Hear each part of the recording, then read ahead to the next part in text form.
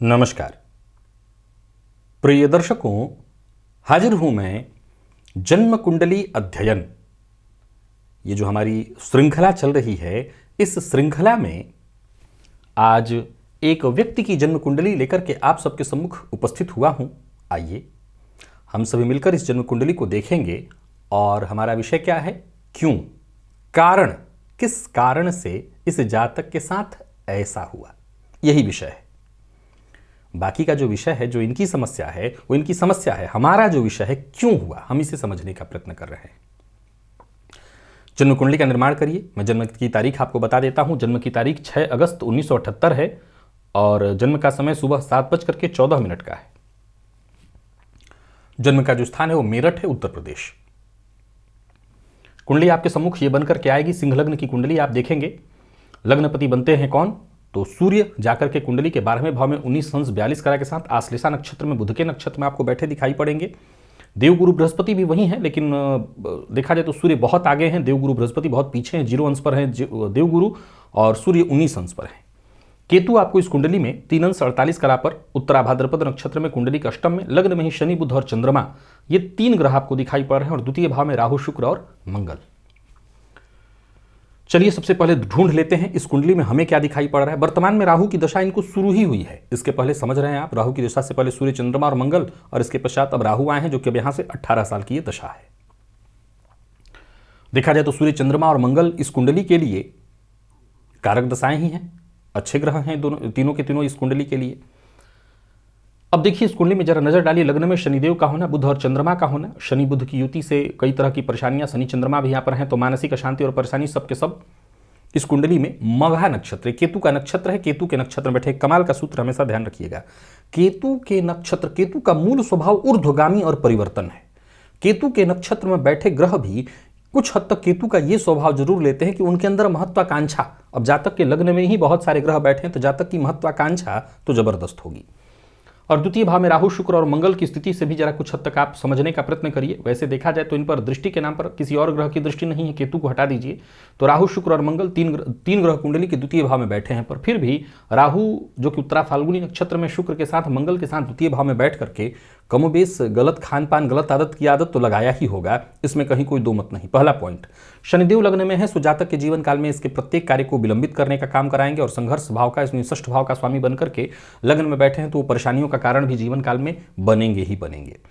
बुध और चंद्रमा भी लग्न में बैठे हैं और शनि के साथ उनका संबंध बन रहा है, फलतः ये मानसिक अशांति और परेशानी का कारण भी आजीवन बनता हमें दिखाई पड़ रहा है। प्रिय दर्शकों, इस कुंडली का मुख्य विषय क्या है? इस कुंडली का मुख्य विषय है कर्ज, ऋण। ये जातक ऋण में है। एक होता है ऋण, ऋण होता तो मेरे ऋण वाली कितनी कुंडलियां आप लोगों ने देखी हुई है। मैं हमेशा कहा करता हूं कि जिनकी कुंडली में मंगल का संबंध कुंडली के षष्ठ से हो, ऐसे जातक को ऋण देना नहीं चाहिए, ऋण ले सकते हैं।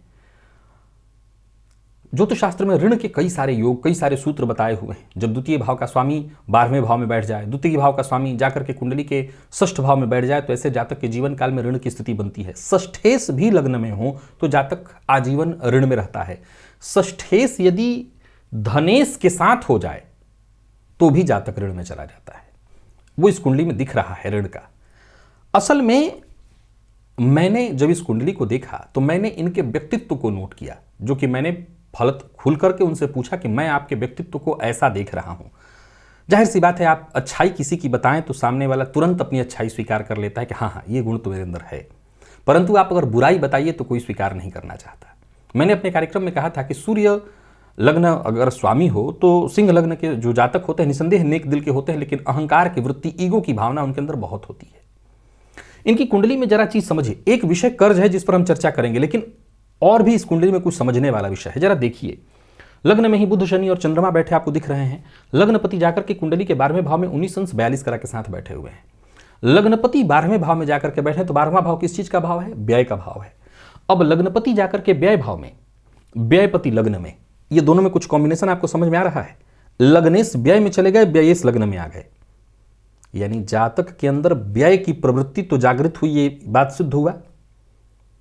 अब सूर्य जाकर के 12वें में बैठे हैं तो दिखावे पर, सूर्य के बारे में मैंने बहुत पूर्व में एक सूत्र बताया था कि जन्म कुंडली के 12वें से जब संबंध बनाते हैं तो जातक अपने दिखावे पर, अपने अहंकार की पुष्टि के लिए व्यय करने लगता है। वो 4 लोगों को इसलिए पालता है कि भाई मेरी जय जयकार करो। जब मैंने प्रथम बार ये कहा तो इन्होंने सीधा कह दिया, नहीं ऐसा तो मेरा बिल्कुल स्वभाव नहीं है। लेकिन इनके साथ बैठे लोगों ने कहा, नहीं बिल्कुल आप ठीक कर रहे हैं, ऐसा ही स्वभाव है, बिल्कुल ऐसा ही है। जब इंसान अपने ईगो की पुष्टि के लिए, अपने अहंकार की पुष्टि के लिए दिखावे में बहुत चीज करने लगता है तो उसका बर्बाद हो जाना कोई बहुत बड़ी आश्चर्य की बात तो नहीं है। गौर करिए कि इनको राहु की दशा तो अभी लगी है, राहु की दशा लगे बहुत समय नहीं हुआ है, लेकिन बर्बादी का जो काल था वो कमोबेश देखें तो इनके जीवन का अच्छा ही समय था। वैसे चंद्रमा इनकी कुंडली में कहीं ना कहीं परेशानी का कारण है। चंद्रमा के समय से ही ये धीरे धीरे डाउन की तरफ जा रहे थे और बाकी इधर कोरोना आने के बाद, सब इनको चल रही थी मंगल की दशा, लेकिन कोरोना आने के बाद धीरे धीरे ये समापन की ओर ही लगभग चले गए। गौर करिए, ऋणपति का जाकर के लग्न में बैठना धनपति के साथ, ये ऋण कारक की स्थिति हुई, क्योंकि इस कुंडली में, सिंह लग्न की कुंडली में बुध जो है लाभेश और धनेश दोनों बनते हैं। वो ऋणपति के साथ जब संबंध बनाएंगे तो प्रबल ऋण योग बनेगा, रोग योग भी बनेगा। याद रखिएगा, ये जातक के जीवन में जातक को स्वास्थ्य से संबंधित परेशानी और स्वास्थ्य से संबंधित कष्ट इत्यादि देने वाला भी बनेगा। अब वो बुध के साथ और चंद्रमा भी वहीं पर बैठे हैं जो कि मानसिक अशांति और परेशानी का कारण। तो राहु जब आया है, होता क्या है, जीवन में 2 तरह से चीजों को समझने का प्रयत्न करिए। जब भी किसी के जीवन काल में परेशानी आई तो ठीक है, परेशानी हर किसी के जीवन में है। परेशानी एक ऐसी, हम जिंदगी हमारी जो चल रही है एक ऐसी रेखा पर चल रही है जहां इस तरफ अगर खुशी है तो उस तरफ गम है, और ये चलता रहेगा। हम रेखा कभी इस तरफ होते हैं, कभी उस तरफ होते हैं, और ऐसे ही चल रहे हैं। अभी जब इनके साथ इस तरह की घटनाएं घटी तो इनके जीवन का एक बढ़िया ही समय था। मंगल की दशा थी, मंगल इस कुंडली में अगर देखें तो भाग्यपति होते हैं। भाग्यपति बनकर के जाकर के इनकी कुंडली के धनभाव में बैठे हैं, सुखपति बनकर के धनभाव में बैठे हैं। एक तरह से देखा जाए तो बढ़िया ही समय था इनके लिए। लेकिन जब आपकी आदतें गलत हो, चीजें गलत हो, तो अच्छे समय में भी परेशानी आ सकती है। एक दूसरा, एक ज्योतिषी होने के नाते ये आम लोग हो सकता है समझे ना समझें, लेकिन अगर आप जन्म कुंडली का अध्ययन या रिसर्च कर रहे हैं तो इस बात का सदैव ख्याल रखिए। क्या ये चक्र है? मैं जब ज्योतिष के जन्म में आने के बाद जन्म कुंडलियों का निरंतर अध्ययन करते करते एक चीज पाया कि अच्छा समय किसी का चल रहा है, इसका मतलब ये हमेशा नहीं हो सकता कि आप ऊपर ऊपर और ऊपर ही उठेंगे। कई बार अच्छे समय में भी परेशानी के बीज बोए जाते हैं, कई बार इंसान खुद बो डालता है। इन्होंने बोया। द्वितीय भाव की स्थिति को आप देखेंगे तो ये तो तय ही जानते हैं कि खान पान इनकी कैसी हुई होगी। शुक्र मंगल की युति है तो शराब कबाब की का स्वभाव तो आया ही होगा, पहला पॉइंट। और दूसरा पॉइंट, जैसा कि आप देख रहे हैं, सूर्य 12वें भाव में, गुरु सूर्य की रक्षा क्यों नहीं कर सके? एक बहुत बड़ा तर्क है कि गुरु और सूर्य की युति है, ये शिक्षक योग है। जातक कहीं ना कहीं संभल जाता है, गलतियों से बचने का प्रयत्न करता है और बचता भी है। ये बचे क्यों नहीं? और एक और पॉइंट आपको बताना चाहता हूं, इनका जो गुरु है वो नौमांस में भी उच्च का है, फलतः वर्गोत्तमी है। तो जब गुरु उच्च का है, वर्गोत्तमी है, गुरु ने रक्षा क्यों नहीं की? ये बर्बाद होते गए, गलत आदतों में पड़ते गए, अहंकार में फंसे। बिना गलत आदत के कोई बर्बाद होता नहीं है। हमेशा लक्ष्मी के साथ एक सूत्र लगा हुआ है कि जब वो आती हैं तो व्यक्ति के साथ वो गलत आदतें भी ले आती हैं। गुरु ने रक्षा क्यों नहीं किया? क्योंकि गुरु स्वयं बहुत ज्यादा बली नहीं है। षडबल में गुरु को बल नहीं आ रहा है। वर्गोत्तमी होने के बाद भी आप जन्मांक में देख रहे हैं, मृत अवस्था में आपको दिखाई पड़ रहे हैं। हालांकि मैंने एक सूत्र समझाया था आपको कि पुनर्वसु नक्षत्र में अगर गुरु हैं, जो कि खुद उनका नक्षत्र है, तो मृत अवस्था में भी हो तो अपना प्रभाव देंगे। लेकिन यहां भी अगर देखें तो गुरु ने बहुत ज्यादा संरक्षण नहीं प्रदान किया जातक को। षडबल में गुरु इतने भी कमजोर नहीं हैं, परंतु अगर आप देखें तो षडबल में एक चीज आपको बहुत ज्यादा समझ में आएगी, जातक का व्यक्तित्व। सूर्य बली है, बुध बली है। जब जन्म कुंडली में किसी के बुध बहुत ज्यादा बली हो जाए तो ऐसे जातकों की एक महान समस्या खड़ी हो जाती है, हर किसी की बात को काट देना।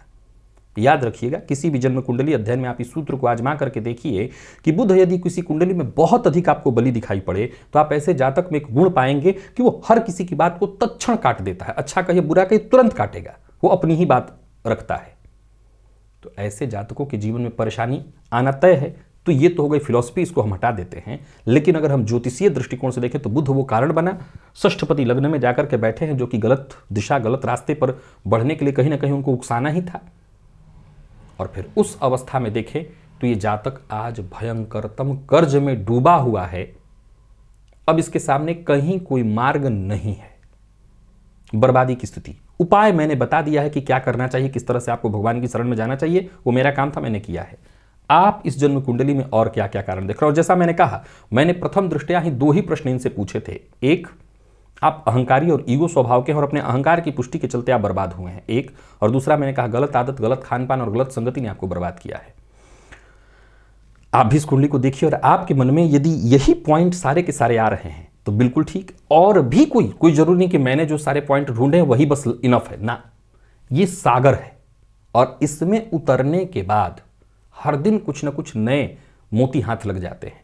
तो क्या आपके हाथ में भी कोई ऐसी मोती लगी हुई है? आप उस मोती को देखिए, परखिए और आने वाली कुंडलियों पर उसका रिसर्च करिए। आज की इस कुंडली का जो मुख्य विषय था, इनके कर्ज में फंसने की 2 वजह। एक तो कुंडली का योग, कभी भी कोई घटना के घटित होने के पीछे मैं जो कहा करता हूं कि कई सारे कारण होते हैं। एक, दूसरा, कभी भी कोई घटना घटित ऐसे हो ही नहीं सकती अगर कुंडली में उसके योग ना हो। कुंडली में योग होगा तभी वो घटना घटित होगी। देव गुरु बृहस्पति को धन का कारक कहा गया है। धन के कारक बने देव गुरु बृहस्पति उच्च राशि में है तो जरूर, लेकिन 12वें भाव में जाकर के बैठे हैं। अगर इस जातक का धन सद्कार्य या सन्मार्ग पर व्यय होता तो ये जातक कभी भी इस बुरी परिस्थिति में नहीं फंसता, क्योंकि गुरु उच्च में बैठ करके 12वें भाव में ज्योतिष शास्त्र कहता है ऐसे जातक परोपकारी होते हैं। मैंने अभी भी एक सूत्र समझाया कि सिंह लग्न के जातक नेक दिल के होते हैं, लेकिन इसमें ईगो एक फैक्टर है जो जातक के अंदर अहंकार, और अहंकार की पुष्टि के लिए जब अहंकार की पुष्टि जहां हो रही हो तो वहां जो भी लोग आते हैं वो जरूरी नहीं है कि आपके हितकारी हो, आपके हित की बात सोचते हो। वो हमेशा अपना हित, अपना पेट पालना, अपने सुख की बात वो सोचते हैं। फलतः बर्बादी का रास्ता वो स्वयं बना देते हैं।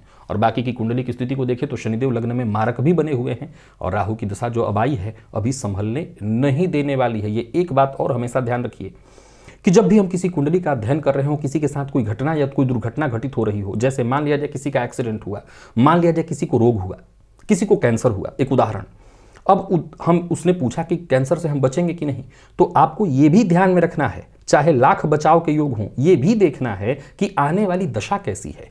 क्या आने वाली दशा जातक को मृत संजीवनी बनकर के उसकी सुरक्षा कर रही है, अथवा यह दशा भी उसको बर्बादी की ओर ही ले जाएगी। अगर वो दशा भी वैसी ही है, मारक ही है, तो फिर कुंडली सीधी सी बात एक ही सूचना दे रही है कि परेशानी है, और केवल है नहीं, बड़ी मात्रा में और बढ़ने वाली है।